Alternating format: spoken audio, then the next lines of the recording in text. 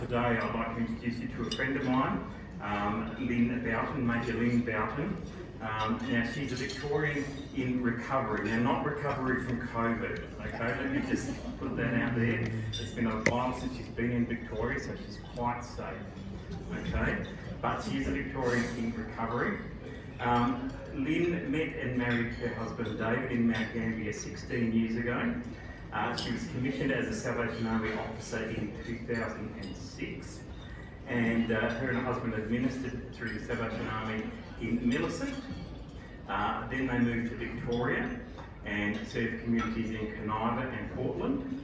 Now it was in Portland that Lynn had the role of a court chaplain for 5 years, and also after that she went to service minister in Karratha in Western Australia. It's as far as you can probably get in the Salvation Army, in Australia that is.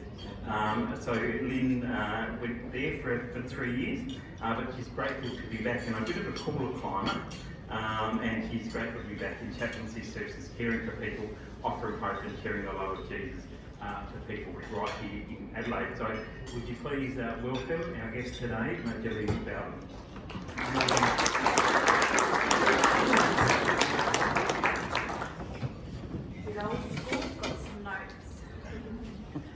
First of all, I want to say thank you for having me. This is a much larger group to the Kadina Rotary, or the Rotary group of Kadina that I spoke at a month or so ago. And I want to especially thank Mark for the promotion to Major. I'm a captain, just a mere captain. I'm a couple of years away, but just recently my husband is a major, so people just think, assume, and it's okay, it's all right. But I know my place. And it is nice to be here in cooler weather, even though it's heating up. Please tell me it doesn't get hotter than this. I need to give you a bit of a history, a bit of a background that evolves into what I do and why I do it.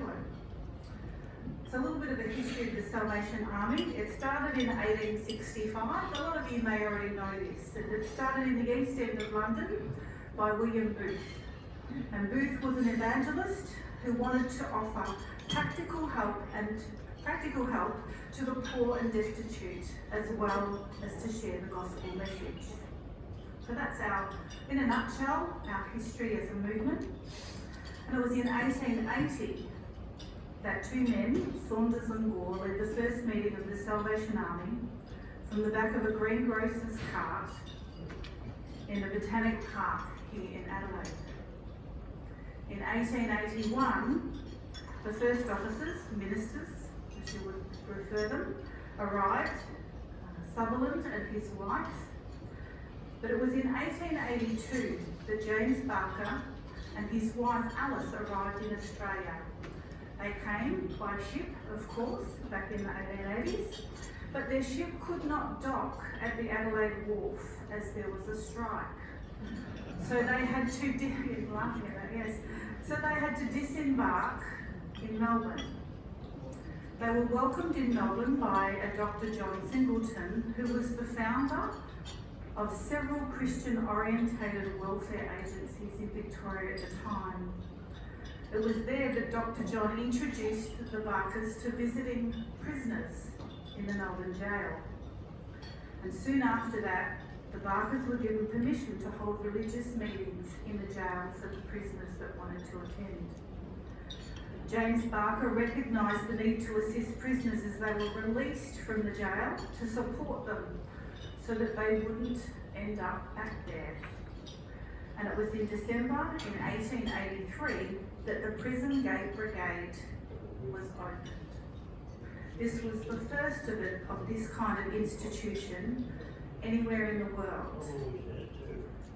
So the jail would soon start to give the Barkers lists of names each month of the prisoners that were to be released that would need support. In caring for the people of our community, the Salvation Army provide chaplaincy services in a number of places. In alcohol and other drug recovery services, homelessness programs, women's and youth refuges, airports, hospitals, prisons and courts. So what is it that a chaplain does? Well, for me, a chaplain offers practical, emotional and spiritual support. I advocate for the people I come across. I offer pastoral care, referral to other agencies for further support if needed. As Mark had mentioned, my first opportunity to do chaplain work was in southwest Victoria a few years ago. The court for Warrnambool, Portland and Hamilton was on a circuit, and each day the court would sit, but it would just sit in a different place. So the magistrate, along with the court staff and legal aid officers, including the chaplain, would just rock up in whichever town the court sat that day throughout the week. And it was there also that I had the opportunity to study the diploma in chaplaincy, a requirement to work in the role.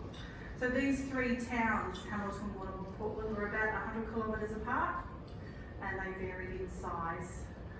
Well, I think from memory, Warrnambool had 3 days a week that it sat. It had 33,000 as its population at the time, whereas the other two sit around under 10,000 people in its community. Some heartwarming stories from my time there is often a recall for the moments where you've sat in court and you've seen a magistrate approve a permanent order so that these people here can now have permanent care of a child that's in need of a home. And to be able to experience that many, many times is a wonderful feeling and a wonderful memory to be part of. Because we know that everyone is deserving of love and care, and not everyone has that opportunity, especially as a child. So they are always wonderful memories that I have of being able to experience that. But I think on the opposite end of that also is where you sat and you supported someone waiting for their case to be called, and that you would sit behind them, if not next to them, as they're being judged. To have them not walk out of the courtroom the way they walked in, but for them to exit the court via the back door, to be taken into custody, to then have to sit with their family and explain what's happened and why it's happened. And I find it, still today, many years later, I find it really difficult to have to do that, to share that news. But I'm still surprised that a lot of family don't know what trouble their family have been in to get to that point. It can often be, in many, many cases, more often than not, that the family there to support, this is the first time they knew of the trouble, but for the person that's in trouble, it's been a lot longer journey for them. They find themselves being taken into custody. My current role is split into two. I am at the Elizabeth Magistrates Court 3 days a week, and I look like this. I know I look similar to these guys here, apart from this bit, of course, the rank. But I wear this lanyard so that people know that I'm a chaplain, because it simply says chaplain. And that creates conversation, which is great. I get the opportunity to sit and create a safe space for someone to share their story. Everyone has a story, and everyone's story is important. And I want to create that opportunity that their story can be heard. It makes a huge difference. So I'm 3 days a week at the Elizabeth Magistrates Court, and thoroughly enjoy that role. It's been a little bit different this year. In April, the Salvation Army were asked to withdraw their service during our first lockdown of COVID-19. So there was an 11-week period where I wasn't able to be there, but there wasn't many cases being heard, just the custodies that still happened. People still did things wrong during lockdown and still locked up and needed to be released.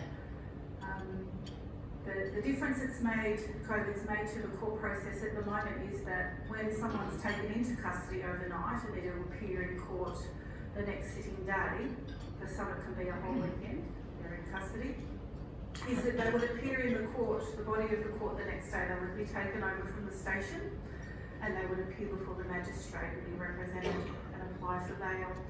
And currently, due to still now, 7 months on, due to COVID, we are still not having people in the courtroom.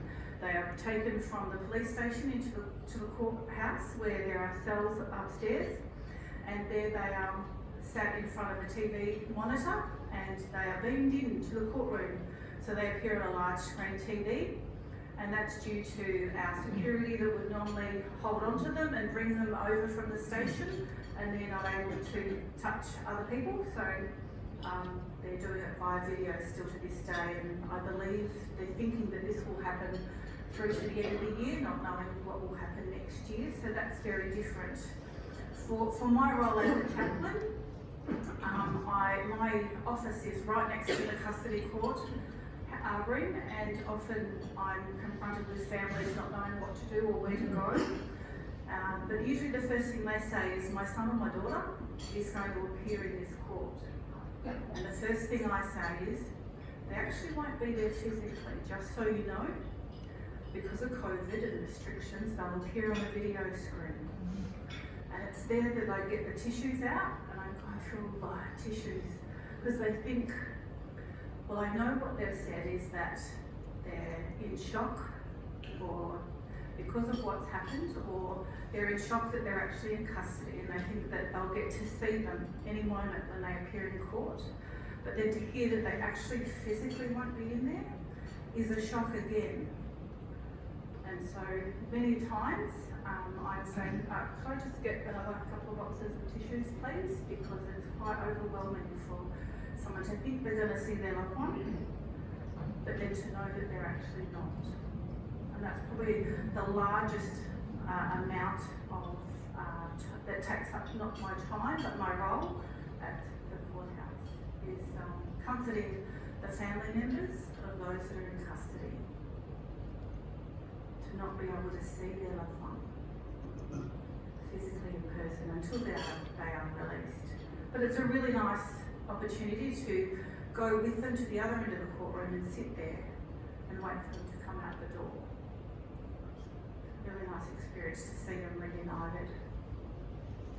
My other role, the other 2 days a week, is our alcohol and other drug service, and that's at Whitmore Square. You may have heard of that.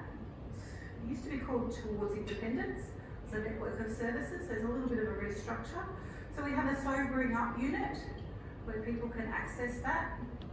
A lot of the times we'll have emergency services and, you know, police and ambulance, but they bring people that may not necessarily have done anything wrong, that don't need to be put behind bars as such. But they can take them there and they'll be safe there. They'll be off the street and they'll be safe, as they may have nowhere else to go. So it's always an interesting place when I rock up in the morning to do breakfast. It's a really interesting place to be. They're quite receptive in the morning to have something to eat, especially those that are homeless, as they know that they'll have had a feed for the day. Interesting conversations, especially during COVID time. We were actually quiet. Due to restrictions and the distancing, we had to remove half of the beds.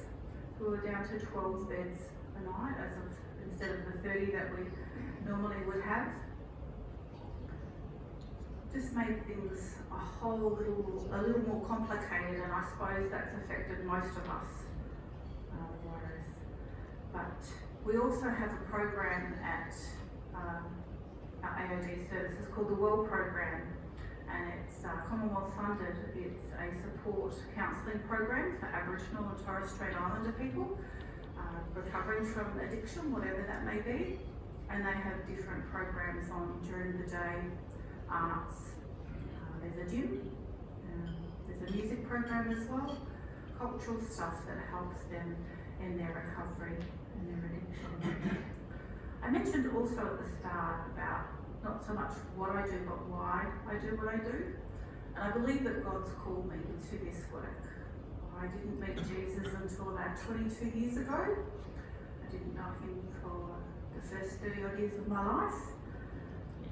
And he called me to full-time ministry. It wasn't what I had planned, but that's okay. It's all working out so far. In the Bible, there's a scripture that comes from Matthew chapter 22. And it's where Jesus is questioned. And it simply says, "Teacher, which is the greatest commandment of the law?" And Jesus replied, "You shall love the Lord your God with all your heart, with all your soul, and with all your mind. This is the first and greatest commandment. The second is like it. You shall love your neighbour as yourself, that is, unselfishly seek the best or higher good for others." And it's my relationship that I have with God and what He calls me to do, which enables me to do that, because sometimes it's not that easy. From assisting discharged prisoners at prison gates back in the 1880s, through to the network of life-changing social services and programs that we run today.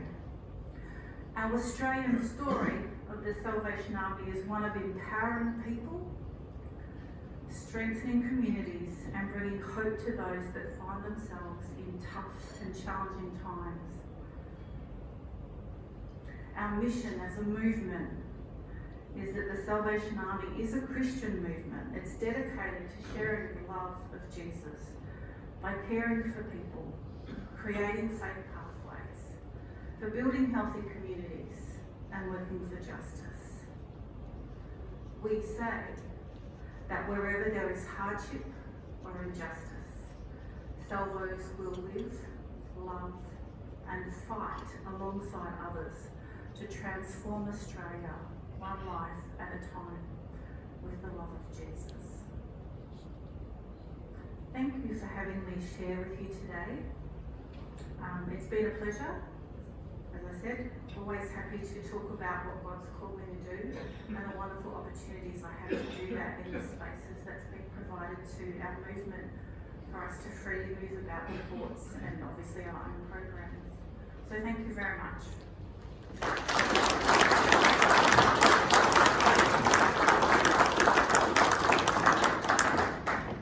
Thank you, Lynn, for sharing your story today. Now, I'm sure that people have some questions that they might like to know about what you do or some of the experiences you've had. So if anybody has got some questions, we've got a little bit of time that we can take some questions. And there's microphones around with me lots.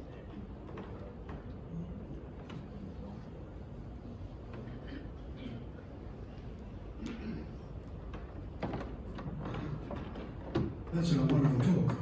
Thank you. I think we all observe more and more reports of bad things happening. Does the Salvation Army see the problems within our communities increasing rapidly or slowly? Are they getting worse? Should we as a community be preparing for more and more bad news?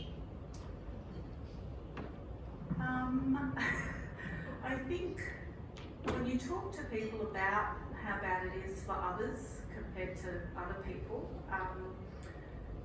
some people are, in my conversations, people talk about, oh, there's more and more of this.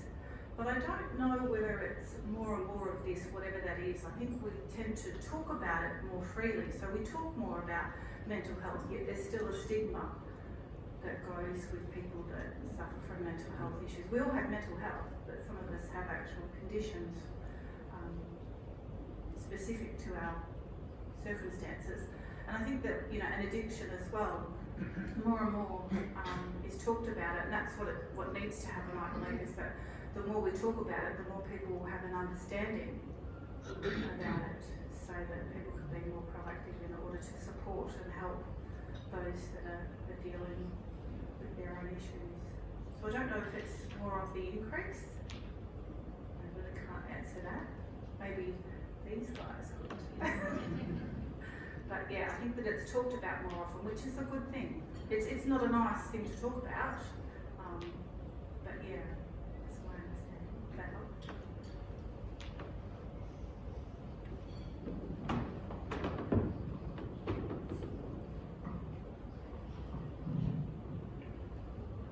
I enjoyed the talk, and However, it's not much good us talking about it all the time. How do you get around to get some of these people to actually talk about their problems, how they got to the stage where they got the problems, how they got mentally disturbed, and so that we try and get down to the bottom and try and help them to look at themselves, to correct themselves a bit. That's key to supporting people. There's a few of us that recently went to a homelessness service in Light Square, and it was there that it was shared about the government placing during the COVID lockdown time and over the winter period a lot of homeless people, giving them opportunity to stay in hotels.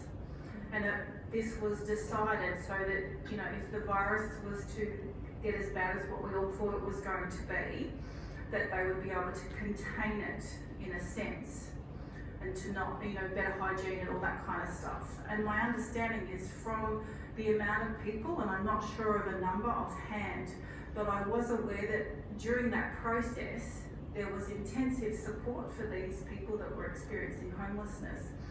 And they've been able to house stable housing with support 180 people during that 3 to 4 month period.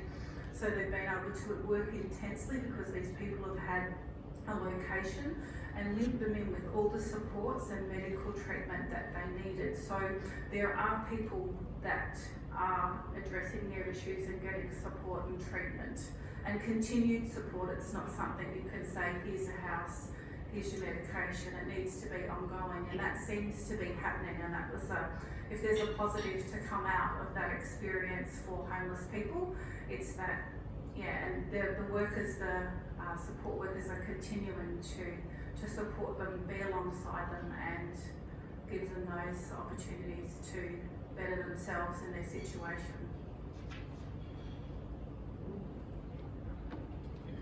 Frank.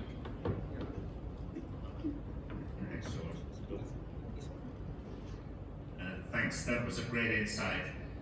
As a young lad in London in the early 70s, I suppose, I knew the Salvation Army. They came into pubs, they collected money.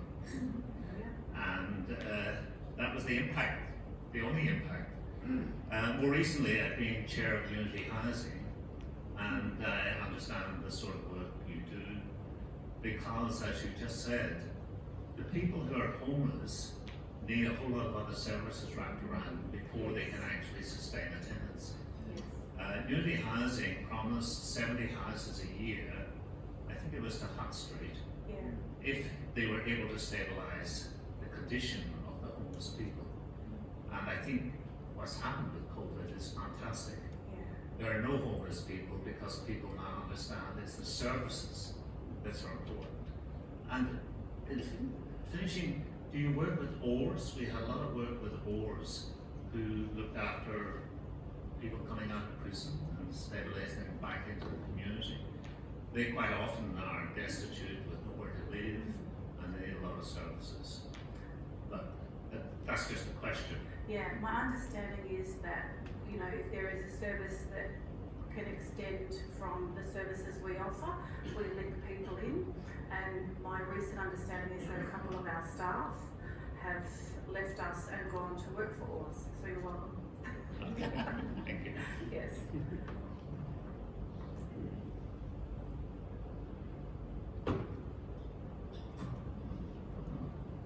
I've always been impressed by the discipline of the Salvation Army, that two partners have to work together rather than walking on different paths. And that when the army says you will go to Zimbabwe, Karratha. you go. Yeah. Has there been anything particularly difficult in that discipline for you at a personal level? I can only speak of the phone call that you're told that you're going to Karratha in Western Australia and you're not a lover of the heat like myself. But I suppose it's through my faith relationship that at that point where I started to have some anxiety about it's going to be really hot, And that is that a peace comes from the Holy Spirit that says, look, it's going to be okay. And it can be, it's my experience that while I think, why on earth would they send me to Karratha? But it doesn't matter where I go, where the Salvation Army will send me, that God will use me if I become available to Him, to be used in the ministry He's called me to. And that's what I believe, and that's what I live by. So wherever I go, yeah, public speaking is not a big thing of mine, but I do it because that's what God calls me to do. He calls me to share. So yeah, so it's a faith thing. But happy to be here in the south.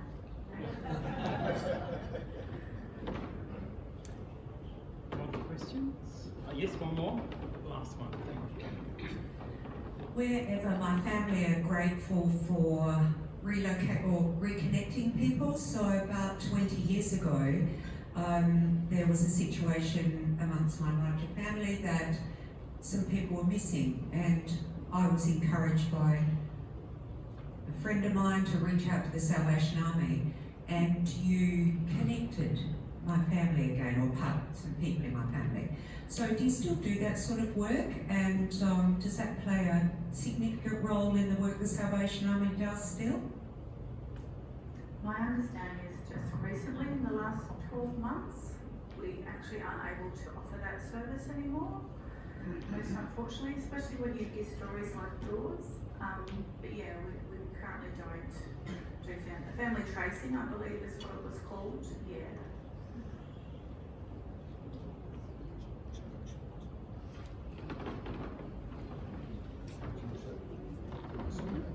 Thank you, Lynn, for your talk today.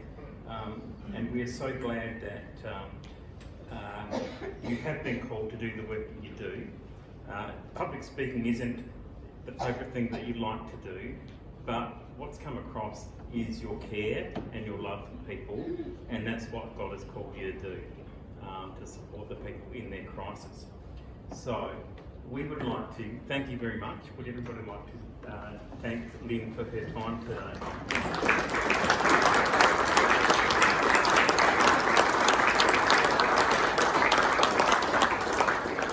And Lynn, in appreciation, we'd like to offer you this certificate of appreciation. A donation will be made on your behalf to mitigate and contain the COVID-19 pandemic and to support efforts to eradicate polio worldwide. So thank you very much. Thank you. And all